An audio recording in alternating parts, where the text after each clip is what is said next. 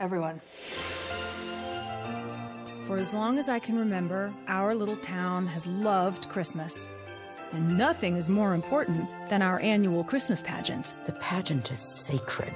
Special mention to Grace for volunteering to direct the pageant. But this year, the Herdmans changed everything.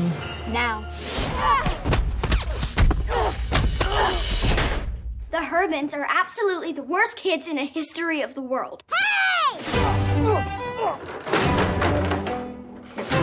Give it up, Charlie! You ready for this? I'm gonna be in your Bible play. This is gonna be a real disaster. That's the spirit.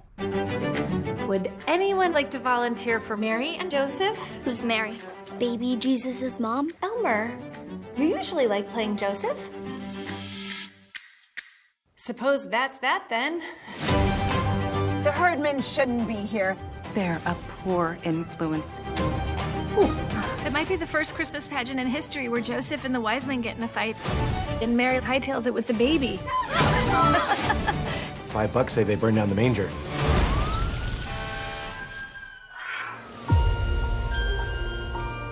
This year, we get to be someone else, live a different life, become someone new. Why are they still here? Jesus was born for the Herdmans as much as he was for us. We'll be missing the whole point now if we turn them away. I'm not quite sure what's gonna happen. Maybe that's not a bad thing. Because Mary and Joseph weren't so sure either. She's crying. Mary's crying. It's going to be the best Christmas pageant ever.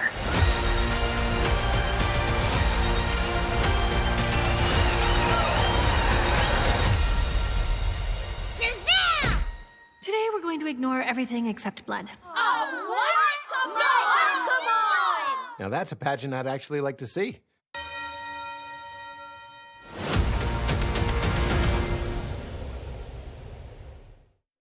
Joining me now to tell us more about the best Christmas pageant ever is director Dallas Jenkins and producer Kevin Downs. Now, Dallas, you've been pursuing film rights to this movie, to this classic novel for more than 15 years. Tell me why you're so passionate about making it into a movie. Well, the book's been around for 50 years. I haven't been around for 50 years. I've been chasing the rights for about 20 years. But I read it to my kids 20 years ago, and I was crying so hard after laughing and appreciating the wit of this story. And it's a great story that's been read in public schools and performed as a play all over the world. So I hadn't remembered as a kid, from when I had read it as a kid, I hadn't remembered just how great of a Jesus story it is. So by the end of it, I'm crying so hard, I can't read. My wife takes the book from me. She's reading. She starts crying. I take the book back. And so for over 20 years, I've said, look, I have to make this movie. This is a movie I was born to make, because the message of it, mixed with all this great humor and kind of that classic Christmas vibe, is so powerful about loving the least of these, about accepting the other, recognizing that those in poverty and maybe those who are outcast might actually be closer to the heart of the true story of the Nativity than anyone. And so I just said, this is a message that has to be shared with the world, wrapped in this classic Christmas bow of a mainstream family comedy.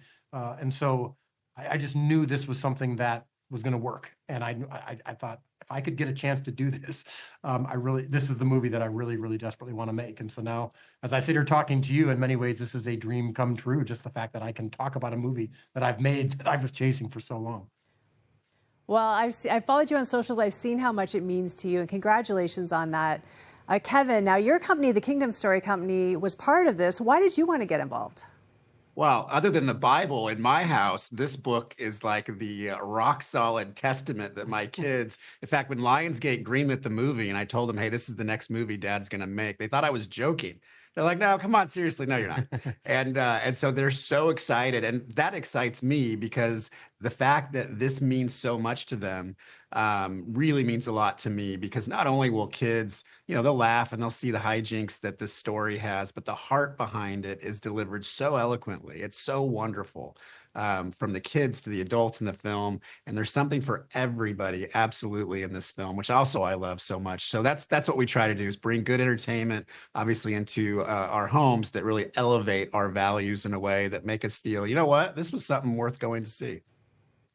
Well, I might have had a tear or two in my eye, but I'm not confessing it. I'm not telling it. I have a question now for both of you. I know you're not supposed to give anything away, but do you have a favorite moment that you can share with us from the film? Well, the climax of the story, and this isn't a big spoiler, it's called The Best Christmas Pageant Ever. So you know that there's a moment when the Christmas pageant is performed.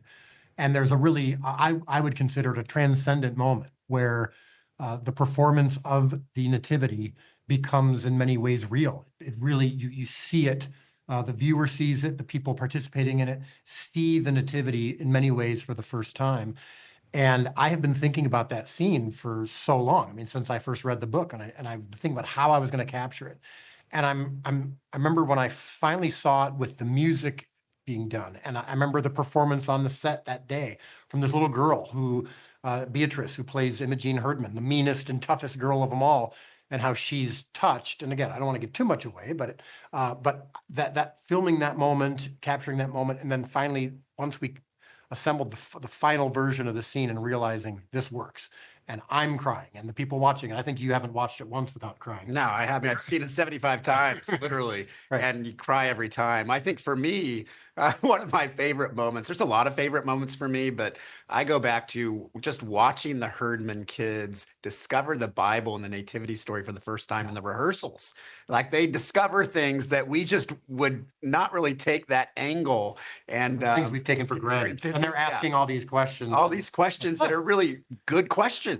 And thought-provoking questions, and I love that discovery period in the rehearsals that bring more meaning when we pay it off, when we actually see the pageant, and you get all the laughs and the tears and all the feel-good, feels and the vibes. Makes me feel good that I wasn't the only one crying. Now, the Best Christmas Pageant Ever releases today, November 8th, so check your local listings to watch it. Dallas and Kevin, thank you so much for joining us and for making such a wonderful movie. Thank you. We filmed it in Canada, so we did. Hopefully you'll see, you'll recognize a few things from Winnipeg.